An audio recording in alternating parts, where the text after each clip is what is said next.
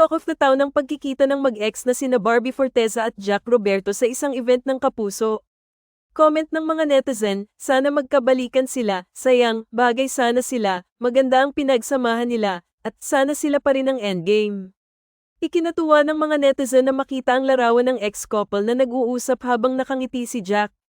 Ang aktor lang ang nakaharap sa camera, si Barbie ay nakatalikod, pero sigurado namang nakangiti rin ito habang kausap ang ex-boyfriend.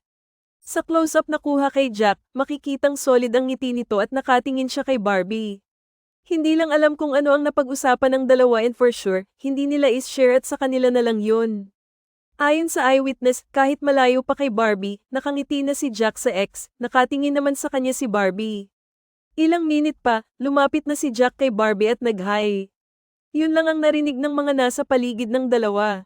Pinuri sina Barbie at Jack dahil naghiwalay na walang kontrobersya, walang away at walang parinigan.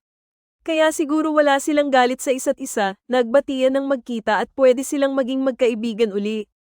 Ano ang sa inyo sa balitang ito?